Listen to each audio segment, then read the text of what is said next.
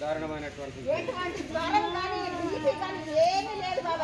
నిన్న చక్కగా వాళ్ళ బాబాయ్తో మాట్లాడిందట నిన్న చక్కగా.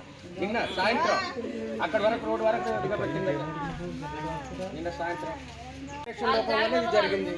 ఏదైనా మనకి న్యాయం చేయడం వరకు మనకు ఏదైనా ఐటీడీఏపీఓ గారి సైడ్ అనుకున్నారు కాబట్టి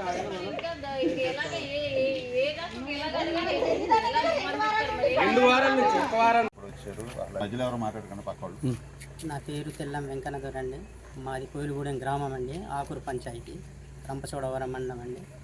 మా ఆవిడ గర్భిణి అండి. మొన్న 19వ తారీఖున హాస్పిటల్లో జాయిన్ అయ్యామండి. కలెక్టరేట్ దగ్గర ఉన్నప్పుడు మంచిగానే ఉందండి మా ఆవిడ. అది నొప్పులు వస్తుంటే ఇక్కడ తీసుకొచ్చారండి.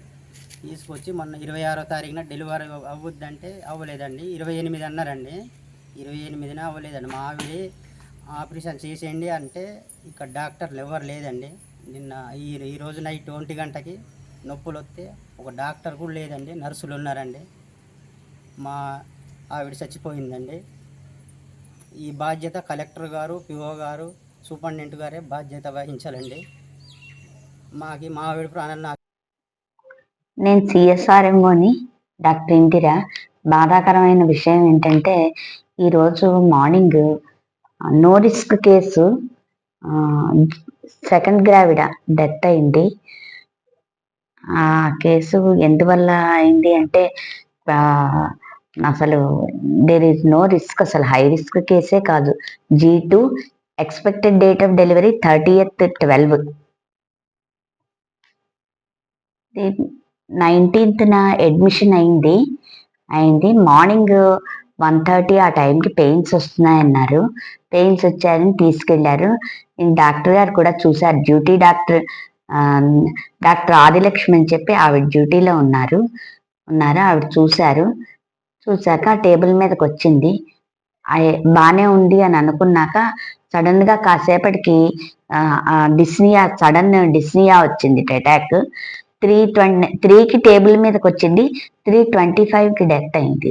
కాజ్ ఇందులో పార్టోగ్రాఫ్ లో కూడా ఫేటల్ హార్ట్ రేట్ కొంచెం ఎక్కువ వచ్చింది, తేడా వచ్చినట్టుంది.